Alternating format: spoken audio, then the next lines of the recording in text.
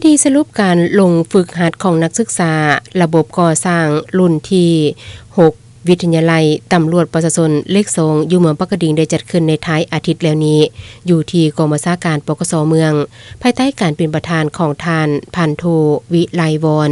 บัวทองคำห้องหัวหน้ากองบัญชาการปกสเมืองปากกดิ่งเป็นเกียรติของท่านพันโทอวดวงไสหัวหน้าห้องการเมืองปกสแขวงบุรีคำไซ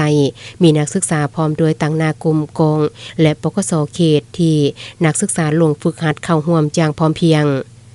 ท่านหอยเอกเคนทอง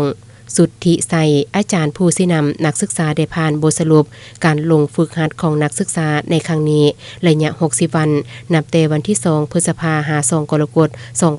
2025มีนักศึกษาทั้งหมด12สหายหญิง4สหายลงฝึกหัดอยู่5จุดคือแผนกตำรวจปกสกลุ่ม1ปกสกลุ่ม2ปกสกลุ่ม3และปกสกลุ่ม4ผ่านการตีราคาลงฝึกหัดตัวจริง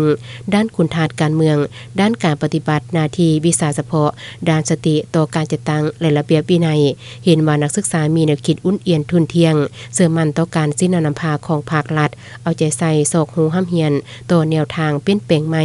จำแนกได้มิดและศัตรูอย่างจะแจงพร้อมทางปฏิบัติต่อระเบียบวินัยของกำลังอย่างเข้มงวดสามารถประเมินความหับหูและการเคลื่อนไหวบันลงฝึกหัดได้ถึง90ส้นหอยในพิธีอย่างใดมอบใบย่อคันเมืองให้กับครูอาจารย์และนักศึกษาที่มีผลงานดีเด่นในการลงฝึกหัดครั้งนี้และในโอกาสเดียวกันนี้ครูอาจารย์และนักศึกษาก็ยังได้มอบของควรที่ระลึกให้กับกองบัญชาการปกสเมืองในตอนท้ายของบทสนทนาได้รับฟังการอบรมให้ทีสินำจากท่านพันโทอวดวงไสหัวหน้าห้องการเมืองปกสแขวงบุรีคำไซท่านได้กล่าวยักยอสมเสยต่อครูอาจารย์และนักศึกษาฝึกหัดที่ได้เอาใจใส่คุณครูห้ำเฮียนสำเร็จตามแผนและประเมินได้รับผลสูง